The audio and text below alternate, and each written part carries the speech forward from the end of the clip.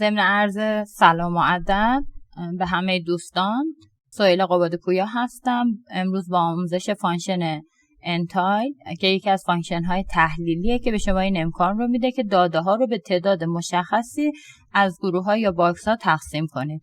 این فانکشن معمولا برای تحلیل توزیع داده استفاده میشه و تقسیم بندی دیتا به گروه های هم اندازه. ابتدا یه مروری داشته باشیم به مطلب آموزشی که در این رابطه در سایت آکادمی اپکس منتشر کردیم. همونطور که میبینید اگر وارد سایت آکادمی اپکس بشید، یک صفحه آموزشی با این عنوان منتشر شده. سینتکس فانکشن به این صورته که کلمه فانکشن انتایل رو وارد میکنیم و اکسپرژن تعداد گروه هایی که میخواید داده ها به اون تعداد تقسیم بشه، مثلا 2 3 4.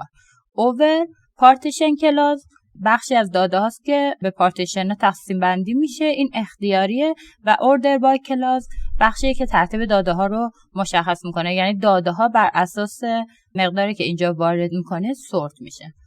یک مثال کاربردی اینجا گفته فرض کنید مثلا ما یه جدولی به نام امپلویز داریم شامل اطلاعات کارکنانه. این جدول شامل ستون‌هایی مثل employee ID با تایپ نامبر، first name، last name و salary با تایپ نامبره. first name و last name تایپ ورکرتوه. ما بریم این موضوع رو به صورت عملی تستش کنیم، ببینیم این فانکشن به چه شکل این گروه بندی رو در اختیار ما قرار میده. من در SQL کامند بخش SQL ورکشاپ جدولم رو میسازم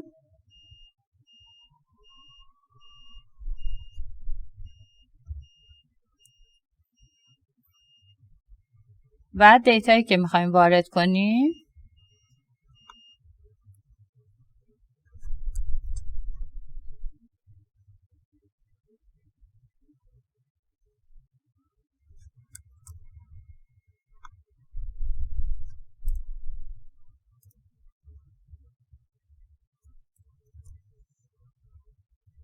خب بعد از اینکه دیتا رو وارد کردیم، مثالی که برای گرفتن کوئری اینجا ما آوردیم به این شکله که ما سلکت میگیریم بر اساس آیدی کارمند، فرست نیم، لاست نیم، سالری و میگیم این رو به 4 گروه تقسیم کن. مرتب سازی بر اساس سالری باشه و دیسندینگ باشه، یعنی بالاترین حقوق شروع کن و به سمت پایین بیا. ما این سلکت رو اجرا کنیم و ببینیم خروجی با توجه به دیتایی که وارد کردیم به چه شکله.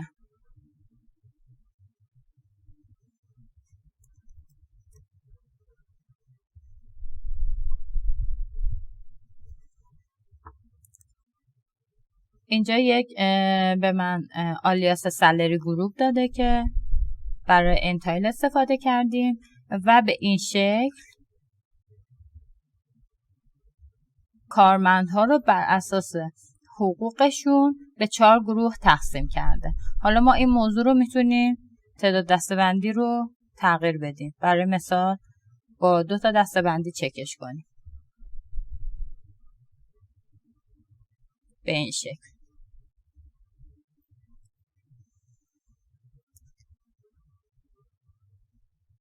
و خروجی که ایجاد داشته بر اساس همون 4 دسته‌بندی بودش که توی مثال ها برای ما مشخص کردن. و برای جنبندی باید بگم که فانکشن انتایل یکی از ابزارهای قدرتمند در اوراکل که برای تقسیم داده ها به گروه های هم اندازه استفاده میشه. این فانکشن به شما این امکان رو میده که به راحتی دیتاتون رو به چند تا گروه تقسیم کنید و تحلیل‌های توزیع روش انجام بدید. امیدوارم این مقاله به شما در یادگیری فانکشن انتایل کمک کرده باشه و اگر نیاز به دسترسی کدها دارید میتونید وارد سایت apexacademy.ir بشید تا به کدها دسترسی پیدا کنید و آموزش‌های بیشتری رو دنبال کنید. ممنونم از توجهتون.